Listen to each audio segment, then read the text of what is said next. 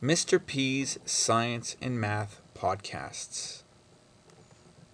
For more science and math concepts, search me out on iTunes by typing Papapodcasts.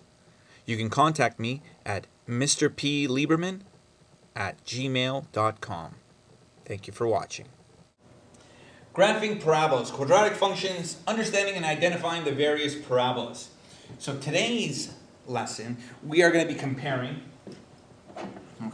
the main parabola that we've been looking at, y is equal to ax squared, against now a different variation to it. And last lesson, we looked at when y is equal to ax squared plus k, where the k value represented here the vertex 0 and k.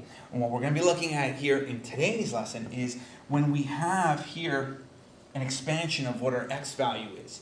And so that x value here now will change, creating what we call here the h aspect of the vertex. So when a parabola is in this format, we're going to be creating a parabola that has a vertex of h and 0 as opposed to 0 and k.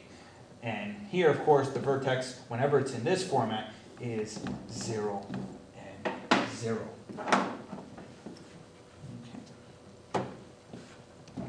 So let's recap a few things that we looked at last lesson, and that's pretty much the ways that we can see a quadratic function. Okay, we have our standard form in the form of ax squared plus bx plus c, our factored form, and the ever popular vertex form. Okay, and here as I'm gonna point out here, and what we're gonna focus on in the next lesson is this is our h here, this is our k value, giving us a vertex of an h and k value. And that's why we call this the vertex form, because right from the information here, we can extract the vertex when it's in vertex form. But we cannot do that when it's in these forms. Okay, so that's really what we're going to be focusing on in the next chapter. But for this form here, the vertex form, we're going to be looking at a variation of the vertex form. And here it is again, okay, the 4 different formats. So here we have our vertex form, which we're going to be looking at in next lesson. Okay, what we're going to be looking at in today's lesson and comparing it with that, and what we've already looked at in the previous lesson. Okay, but remember, all the properties that we show in all these parabolas are all congruent to some extent to this main parabola.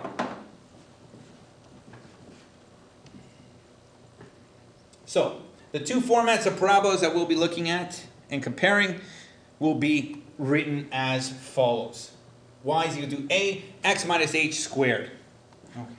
So here we have x plus 4, close bracket squared, x minus 8, close bracket squared, negative 2, open brackets, x minus 1, all squared. So these are different types of parabolas that are written in this format right here. Okay, we've looked at this format already. This is the new format that we're going to be looking at today and making comparisons with our parabolas and being able to extract the information with respect to our main parabola. So, information we need to identify. Anytime you're graphing a parabola, when you have the equation, these are the things you should be able to graph from the information, of course. The vertex. Find the vertex. And of course, what better than having the vertex form? Okay. The axis of symmetry. Where can I place my mirror, okay, to show me the same reflection on both sides? Maximum, minimum value. Again, just to reiterate, if a parabola is moving upwards, we have a minimum value. If our parabola opens downward, we have a maximum value. And again, keep in mind that if we have a minimum value, our a value is positive. If we have a maximum, parabola is opening downward, our a value is negative. Okay, and so maximum, minimum together with the direction of the opening. And again, in terms of maximum and minimum value, where is the location of the maximum, minimum value? Well, in terms of our vertex, our y-axis, our y number of our vertex will tell us pretty much the maximum, minimum value. Here, in terms of axis of symmetry, we're looking at the x value. Okay, pattern for graphing. Remember, everything is to some extent, some kind of translation with respect to the 1, 3, 5 pattern for graphing. And again, this 1, 3, 5 pattern for graphing is being multiplied by whatever the A value is. So once we find the A value, we multiply it by 1, 3, 5. Okay? And then the range, well, depending. If our parabola is going upwards, our range is going to be y is every number greater than and equal to whatever our y value of the vertex is. And in terms of the maximum, y is always going to be less than and equal to whatever the y value is, again, of our vertex. Okay. So we're going to be graphing the following. Y is equal to x squared, okay, which is our main one, but I won't be showing you this one. Y is equal to x minus 4 all squared, and y is equal to x plus 4 all squared. And remember, in order to graph these, two ways. Table of values, which is something we are trying to eliminate. Okay, that's what we're trying. We're trying to figure out a way to use Mr. P's pattern rule for graphing. And remember, everything follows some kind of 1, 3, 5. But that 1, 3, 5, we're going to be multiplying it by whatever our A value is to give us our graph. So this way, we don't use the table of values, and we use that. But for now, we're going to use the table of values. Okay, so a few things to remember. My 1, 3, 5 pattern, okay, pretty much you need to find your value of A.